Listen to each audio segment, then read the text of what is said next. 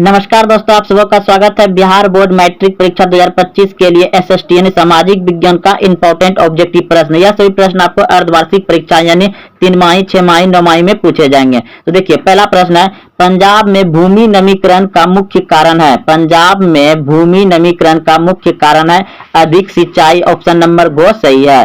सोपानी कृषि किस राज्य में प्रचलित है? सोपानी कृषि उत्तराखंड में प्रचलित है। ऑप्शन नंबर डी सही है। मरुस्थलीय मृदा का विस्तार निम्न में से कहाँ है? मरुस्थलीय मृदा का विस्तार निम्न में से कहाँ है? राजस्थान में। ऑप्शन नंबर खो यानी बी सही है। मेढक के प्रजनन को नष्ट करने वाला रसायन कौन है? मेढक के प्रजनन को नष्ट करने वाला रसायन है एड्रीन। ऑप्शन नंबर सी सही है। काली मृदा का दूसरा नाम क्या है? काली मृदा का दूसरा नाम है रेगुर मृदा। ऑप्शन नंबर खो यानी बी सही है। आयु के आधार पर जलोढ़ मृदा को कितने वर्गों में बांटा गया है? 2 वर्गों में बांटा गया है। ऑप्शन नंबर ए सही है। काली मृदा किस फसल के लिए अधिक उपयोगी होती है? काली मृदा किस फसल के लिए अधिक उपयोगी होती है? कपास के लिए। ऑप्शन नंबर खो सही है। डेक्कन ट्रेक का निर्माण कैसे हुआ? डेक्कन ट्रेक का निर्माण हुआ था लावा के प्रवाह से। ऑप्शन नंबर ए सही है। हमारे देश का कुल क्षेत्रफल कितना है? 32.8 crore hectare. Option number C सही है। भारत का प्रथम तेल शोध कारखाना कहाँ स्थित है? भारत का प्रथम तेल शोध कारखाना स्थित है डिगबोई। ऑप्शन नंबर सी सही है। प्राकृतिक गैस किस खनिज के साथ पाया जाता है? प्राकृतिक गैस पेट्रोलियम के साथ पाया जाता है। ऑप्शन नंबर खो सही है। भाखड़ा नांगल परियोजना किस नदी पर अवस्थित है? भाखड़ा नांगल परियोजना सतलज नदी पर अवस्थित है। ऑप्शन नंबर सी सही है। दक्षिण भारत की सबसे बड़ी नदी घाटी परियोजना तो तुंगभद्रा। ऑप्शन नंबर को सही है। ताप विद्युत केंद्र का उदाहरण है। ताप विद्युत केंद्र का उदाहरण है बरौनी। ऑप्शन नंबर खो सही है। यूरेनियम का प्रमुख उत्पादक स्थल है। यूरेनियम का प्रमुख उत्पादक स्थल है जादूगोड़ा। ऑप्शन नंबर डी सही है। एशिया का सबसे बड़ा परमाणु विद्युत घर। एशिया का सबसे बड़ा परमाणु विद्युत घर है तारापुर। ऑप्शन नंबर को सही है। वाह वाह आंदोलन किस प्रकृति का था? वाह वाह आंदोलन था क्रांतिकारी, धार्मिक था। आपको धार्मिक भी ऑप्शन दे सकता है। ऑप्शन नंबर डी सही है। हिंद चीन क्षेत्र में कौन से देश आते हैं? हिंद चीन क्षेत्र में कौन से देश आते हैं? तो ऑप्शन नंबर सी बिल्कुल सही है। कंबोडिया, वियतनाम, लाओस क्षेत्र आते हैं।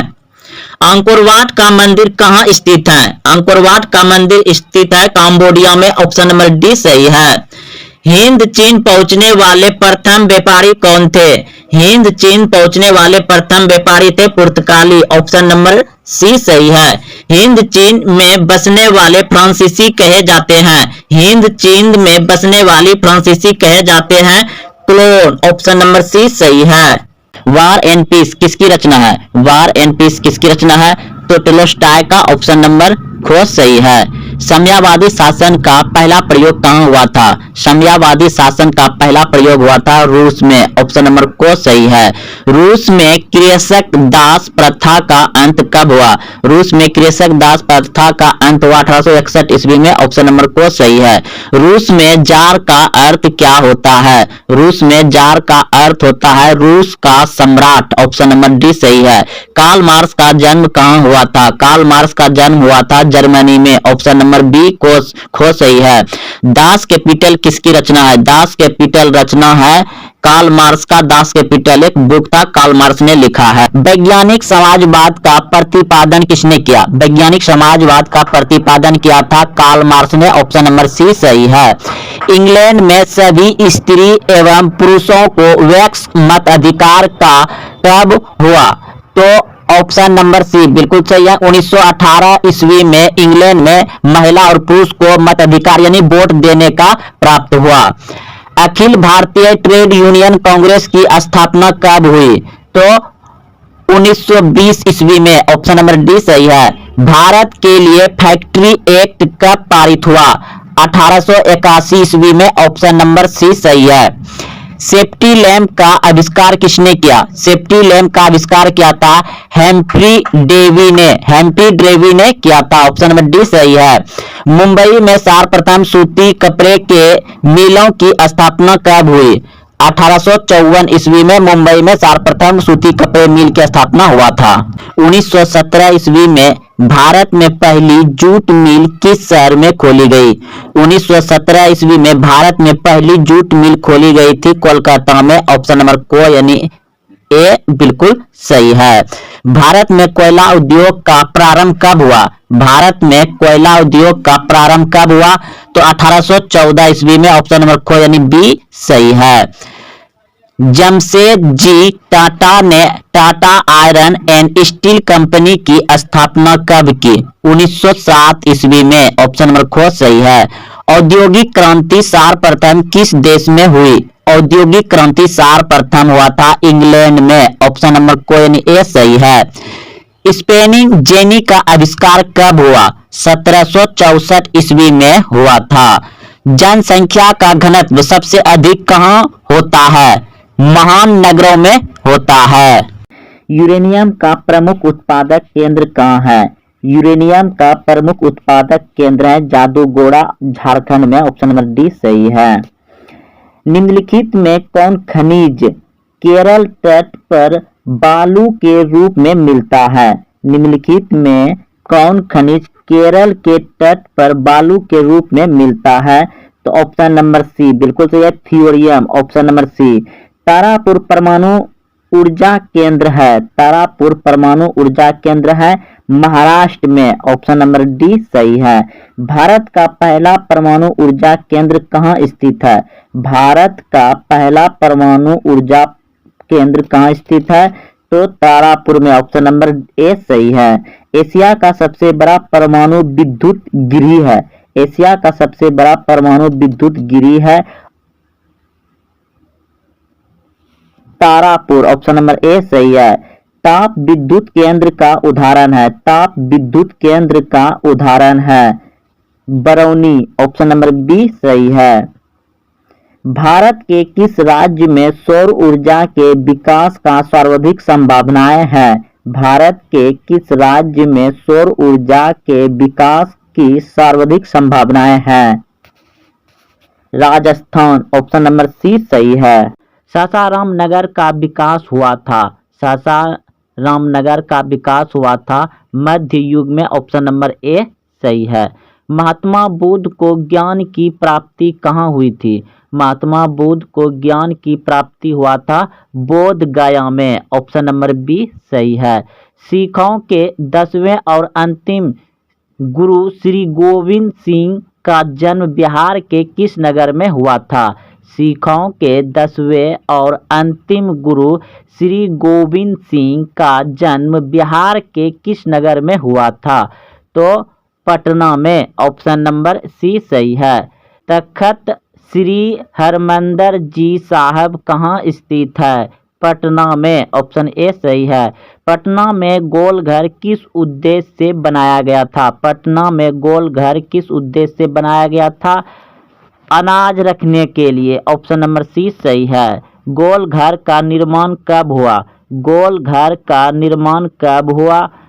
1786 में। ऑप्शन नंबर सी सही है। निम्नलिखित में से कौन खरीफ की फसल नहीं है? निम्नलिखित में से कौन खरीफ की फसल नहीं है? तो ऑप्शन नंबर डी हो जाएगा आपका, चना खरीफ की फसल नहीं है। निम्नलिखित में से कौन रबी की फसल नहीं है? निम्नलिखित में से कौन रबी की फसल नहीं है? तो मूंगफली रबी की फसल नहीं है। ऑप्शन नंबर डी सही है। अगला प्रश्न है, निम्नलिखित में से कौन खरीफ की फसल है? निम्नलिखित में से कौन खरीफ की फसल है? तो खरीफ की फसल है इनमें बजरा। ऑप्शन नंबर डी सही है। अगला प्रश्न है, निम्नलिखित में से कौन खरीफ की फसल है? निम्नलिखित में कौन खरीफ की फसल है? तो चावल। ऑप्शन नंबर बी सही है। अगला प्रश्न है, खरीफ की फसल है, खरीफ की फसल है तो धान। ऑप्शन नंबर डी सही है। अगला प्रश्न है, निम्नलिखित में से कौन रबी की फसल है? रबी की फसल है तो गेहूं। ऑप्शन नंबर बी सही है। निम्नलिखित में कौन रबी फसल नहीं है? निम्नलिखित में कौन रबी फसल नहीं है? तो मक्का रबी फसल नहीं है। गेहूं बोने का उपयुक्त मौसम कौन सा होता है? गेहूं बोने का उपयुक्त मौसम कौन सा होता है? तो ऑप्शन नंबर ए बिल्कुल सही है, अक्टूबर नवंबर में। निम्नलिखित में से कौन कीट आकर्षक फसल है? कीट आकर्षक फसल है। तो ऑप्शन नंबर ए बिल्कुल सही है, भिंडी। ऑप्शन नंबर ए सही है। निम्नलिखित में नगदी फसल है। निम्नलिखित में नगदी फसल है। तो ऑप्शन नंबर सी बिल्कुल सही है, तंबाकू नगदी फसल है। निम्नलिखित फसलों में कौन सी फसल नगदी फसल के रूप में जानी जाती है? तो ऑप्शन नंबर डी बिल्कुल सही है, कपास। लक्ष्मी सागर झील किस राज्य में स्थित है? लक्ष्मी सागर झील किस राज्य में स्थित है? ऑप्शन को यानी ए मध्य प्रदेश, ऑप्शन खो यानी B Uttar Pradesh, option go यानी सी बिहार, ऑप्शन गो यानी डी झारखंड। लक्ष्मी सागर झील किस राज्य में स्थित है? बिहार में। ऑप्शन सी सही है, बिहार। निम्न में से कौन लवणीय झील है? ऑप्शन ए बुलर झील, ऑप्शन खो यानी बी डल झील, सांभर झील, ऑप्शन डी गोविंद सागर झील। निम्न में से कौन लवणीय झील है? तो सांभर झील। ऑप्शन नंबर सी सही है, सांभर झील। गंगा नदी पर गांधी सेतु किस शहर के निकट अवस्थित है? गंगा नदी पर गांधी सेतु किस शहर के निकट अवस्थित है? गांधी सेतु पुल तो पटना। ऑप्शन नंबर सी सही है, पटना।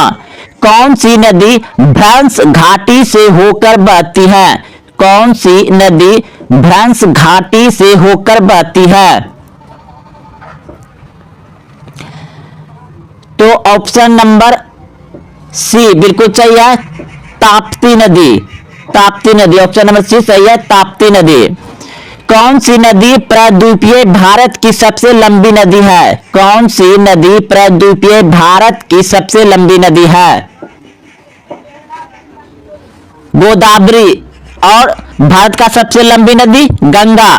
प्रायद्वीपीय भारत की सबसे लंबी नदी गोदावरी। जब ये प्रायद्वीपीय लग जाए तो गोदावरी। सिर्फ पूछे कौन सी भारत की लंबी नदी है तो गंगा हो जाएगा। अगला प्रश्न देखिए, सिंधु जल समझौता कब हुआ था? सिंधु जल समझौता कब हुआ था?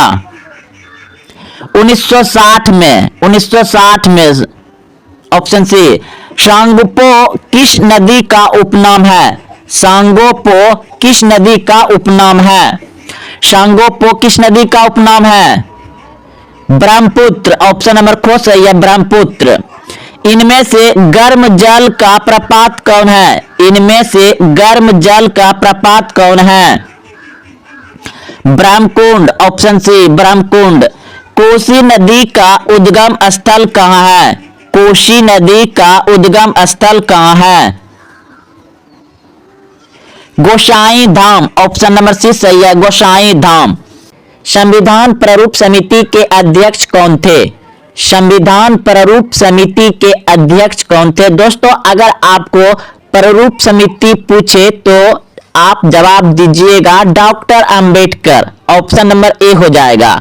अगर आपको पूछता कि संविधान सभा के अध्यक्ष कौन थे तो डॉक्टर राजेंद्र प्रसाद होगा। अगर पूछता आपको कि संविधान सभा के अस्थायी अध्यक्ष कौन थे सभा के तो डॉक्टर सच्चिदानंद सिन्हा होता। तो चलिए आप लोग अच्छे से समझ गए 3 प्रश्न। अगला प्रश्न देखिए। अगला प्रश्न है, भारतीय राष्ट्रीय कांग्रेस के संस्थापक कौन थे? तो भारतीय राष्ट्रीय कांग्रेस के संस्थापक कौन थे? तो इससे पहले जानिए कि भारतीय राष्ट्रीय कांग्रेस के स्थापना कब हुई? तो 1885 में हुआ है। तो सीधा याद रखिए कि भारतीय राष्ट्रीय कांग्रेस के संस्थापक जो है A.O. ह्यूम है और 1885 में इसका स्थापना किया है। किसने? A.O. ह्यूम ने। ऑप्शन नंबर सी हो जाएगा। अगला प्रश्न देखिए, भारतीय संविधान की 8वीं अनुसूची में वर्णित है। भारत में जो है कि 12 अनुसूची, भारत के संविधान में 12 अनुसूची है, तो 12 अनुसूची में 8वीं अनुसूची में क्या वर्णित है? तो 8वीं अनुसूची में वर्णित है भाषाओं की सूची। तो भारत के संविधान में कितनी भाषा है? 22 भाषा है, 22 भाषा। तो 22 भाषाओं की सूची किसमें है? 8वीं अनुसूची में है। ऑप्शन नंबर ए सही हो जाएगा। भाषाओं की सूची कहां है? 8वीं अनुसूची में।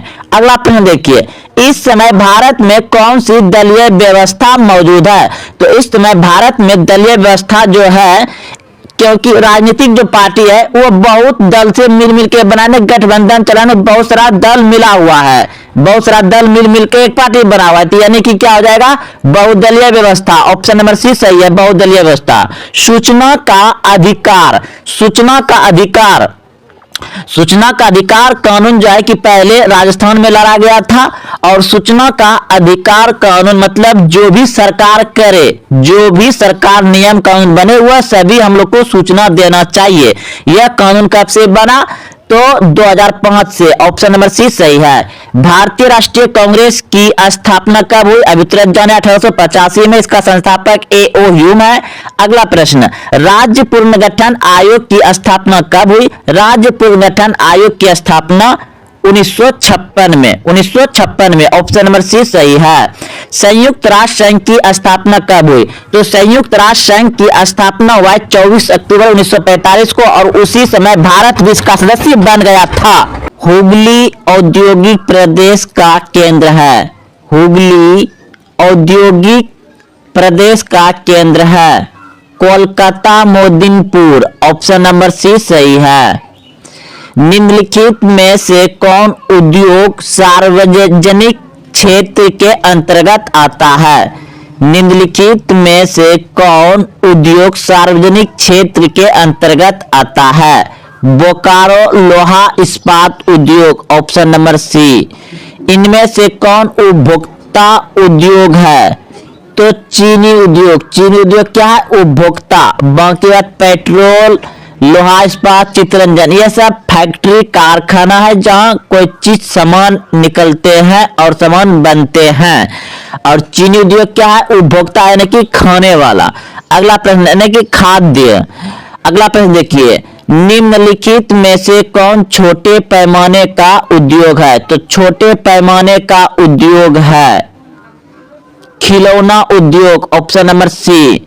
भोपाल त्रासदी में किस गैस का रिसाव हुआ था? भोपाल त्रासदी में किस गैस का रिसाव हुआ था?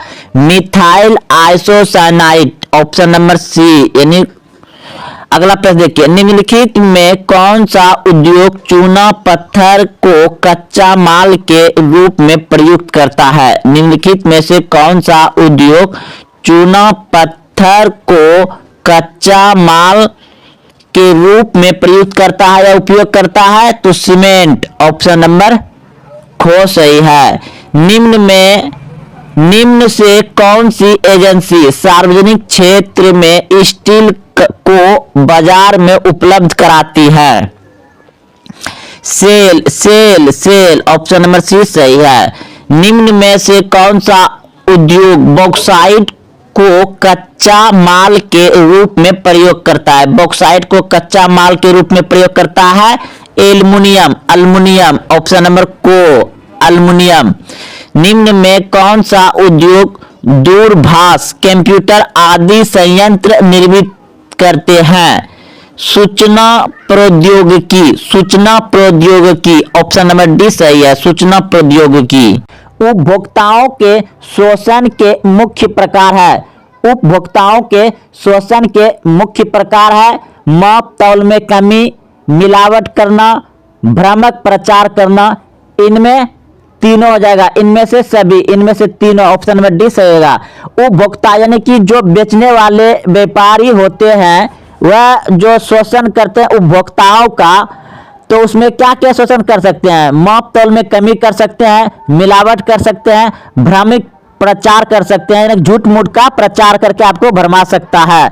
अगला प्रश्न देखिए, भारत उपभोक्ता संरक्षण अधिनियम की घोषणा कब हुई? भारत उपभोक्ता संरक्षण अधिनियम की घोषणा कब हुई? Option A 1986, option B 1980, option C 1987, option D 1988। तो 1986 ऑप्शन नंबर ए सही हो जाएगा। भारत उपभोक्ता संरक्षण अधिनियम की घोषणा कब हुई? 1986। भारत में उपभोक्ता संरक्षण अधिनियम पारित हुआ 1986 में। याद रखिएगा, दोनों एक ही जैसा प्रश्न है।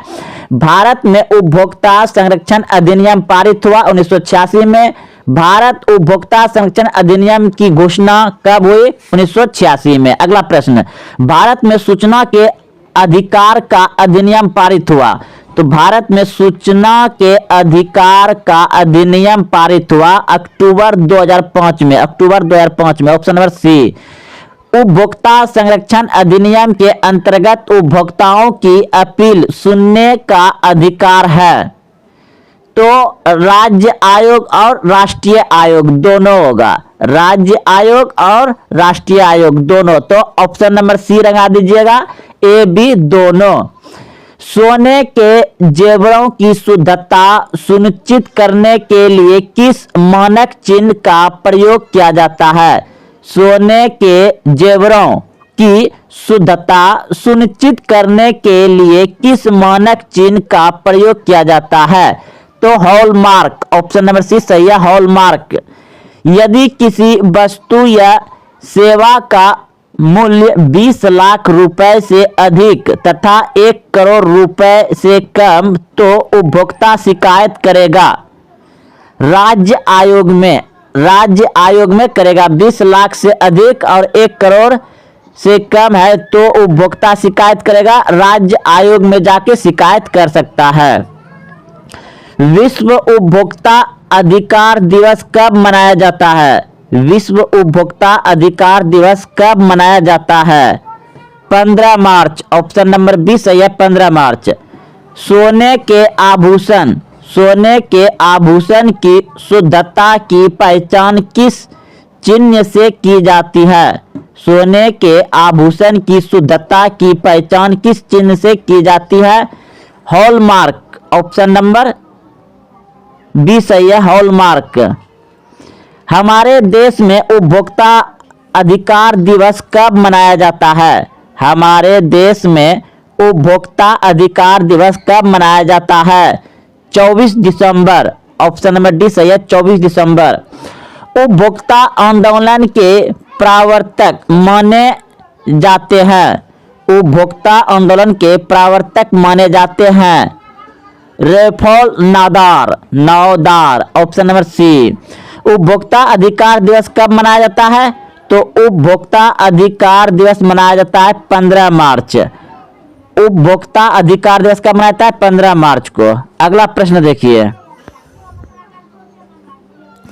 अगला प्रश्न है, नदियों में बाढ़ आने का प्रमुख कारण क्या है? नदियों में बाढ़ आने का प्रमुख कारण है जल की अधिकता, ऑप्शन बी नदी की तली में अवसाद का जमाव होना, वर्षा का न होना, इनमें सभी नहीं। ऑप्शन नंबर हो जाएगा आपका ए, बिल्कुल सही है।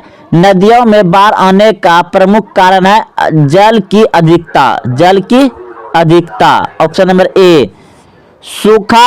कृषि सुखाड़ होता है, कृषि सुखाड़ होता है तो जल के अभाव में, ऑप्शन ए। बिहार का कौन सा क्षेत्र बाढ़ग्रस्त क्षेत्र है? बिहार का कौन सा क्षेत्र बाढ़ग्रस्त क्षेत्र है? उत्तरी बिहार, ऑप्शन नंबर डी सही है, उत्तरी बिहार। सतलज नदी पर कृत्रिम जलाशय बनाया गया है। सतलज नदी पर कृत्रिम जलाशय बनाया गया है गोविंद सागर, ऑप्शन नंबर सी। सूखे से बचाव का एक मुख्य तरीका है। सूखे से बचाव का एक मुख्य तरीका है, ऑप्शन ए वर्षा जल संग्रह करना, यानी वर्षा का पानी को जमा करना सूखे से बचाव का एक मुख्य तरीका है। जब वर्षा पड़े तो उस पानी को खाद को या एक टैंकी बना करके उसको रखना चाहिए। अगला प्रश्न, भाखड़ा नांगल बांध किस नदी पर है? भाखड़ा नांगल बांध किस नदी पर है? सतलज नदी पर, ऑप्शन डी। पश्चिम बंगाल में बाढ़ की विनाशक वाली कौन सी नदी है? विनाशक वाली कौन सी नदी है? तो दामोदर नदी। पश्चिम बंगाल में विनाशक वाला नदी दामोदर नदी। सुखाड़, सूखा किस प्रकार की आपदा है? सूखा किस प्रकार की आपदा है? प्राकृतिक आपदा है, ऑप्शन ए। सूखे के लिए जिम्मेवार कारक, सूखे के लिए जिम्मेवार कारक है वर्षा की कमी, ऑप्शन नंबर ए, वर्षा की कमी। सिंदरी कहाँ स्थित है? सिंदरी कहाँ स्थित है? तो सिंदरी झारखंड में स्थित है, ऑप्शन बी, झारखंड। एल्यूमिनियम उद्योग का कच्चा माल क्या है? एल्यूमिनियम उद्योग का कच्चा माल क्या है? बॉक्साइट, ऑप्शन नंबर बी सही है, बॉक्साइट। नेपा नगर किस उद्योग के लिए प्रसिद्ध है? नेपा नगर किस उद्योग के लिए प्रसिद्ध है? अकबारी कागज, ऑप्शन सी। नेपा नगर किस उद्योग के लिए प्रसिद्ध है? अकबारी कागज। निम्नलिखित में से कौन छोटे पैमाने का उद्योग है? निम्नलिखित में से कौन छोटे पैमाने का उद्योग है? खिलौना उद्योग, ऑप्शन सी, खिलौना उद्योग। चीनी उत्पादन में अग्रणी राज्य कौन है? चीनी उत्पादन में अग्रणी राज्य कौन है? Uttar Pradesh, option number C सही है, उत्तर प्रदेश। भोपाल त्रासदी में किस गैस का रिसाव हुआ था? भोपाल त्रासदी में किस गैस का रिसाव हुआ था? मिथाइल आइसोसाइनाइड, ऑप्शन सी सही है, मिथाइल आइसोसाइनाइड। इनमें से कौन सा भूकंपीय तरंग नहीं है? इनमें से कौन सा भूकंपीय तरंग नहीं है? तो ओ, ऑप्शन नंबर डी सही है, ओ भूकंपीय तरंग नहीं है। पी आपका भूकंपीय तरंग है, एल आपका भूकंपीय तरंग है, एस आपका भूकंपीय तरंग है, ओ नहीं है। अगला प्रश्न देखिए, भारत को कितने भूकंपीय क्षेत्र में बांटा गया है? भारत को कितने भूकंपीय क्षेत्र में बांटा गया है? तो 5, ऑप्शन नंबर सी सही है, 5। भूकंप से पृथ्वी की सतह पर पहुंचने वाली सबसे पहली तरंग को किस नाम से जाना जाता है? भूकंप से पृथ्वी की सतह पर पहुंचने वाली सबसे पहली तरंग को किस नाम से जाना जाता है? तो ऑप्शन नंबर ए, पी तरंग, ऑप्शन नंबर ए, पी तरंग। 26 दिसंबर 2004 को विश्व के किस हिस्से में भयंकर सुनामी आया था? बंगाल की खाड़ी में, ऑप्शन डी। महासागर के तली पर होने वाले कंपन को किस नाम से जाना जाता है? सुनामी। महासागर के तली पर होने वाली कंपन को किस नाम से जाना जाता है? सुनामी। तो सुनामी कैसे आता है? महासागर में भूकंप आने से सुनामी आता है। भूकंप केंद्र के ऊर्ध्वाधर पृथ्वी पर किस केंद्र को क्या कहा जाता है? भूकंप केंद्र के ऊर्ध्वाधर पृथ्वी पर स्थित केंद्र को क्या कहा जाता है? अधिकेंद्र कहा जाता है, ऑप्शन नंबर बी। सुनामी किस स्थान पर आता है? तो सुनामी आता है समुद्र में। समुद्र में भूकंप आने से सुनामी उत्पन्न होता है, सुनामी आता है। भूपटल के नीचे का वह स्थान जहां भूकंप का जन्म होता है क्या कहा जाता है? अधिकेंद्र कहा जाता है, ऑप्शन बी। सबसे खतरनाक तरंग कौन है? सबसे खतरनाक तरंग कौन है? तो एल तरंग है, ऑप्शन नंबर सी। निम्नलिखित में से सुनामी का मुख्य कारण क्या है? समुद्र में भूकंप आना सुनामी का मुख्य कारण है, ऑप्शन ए सही है। सुनामी का मुख्य कारण क्या है? समुद्र में भूकंप आना, ऑप्शन ए सही हो जाएगा।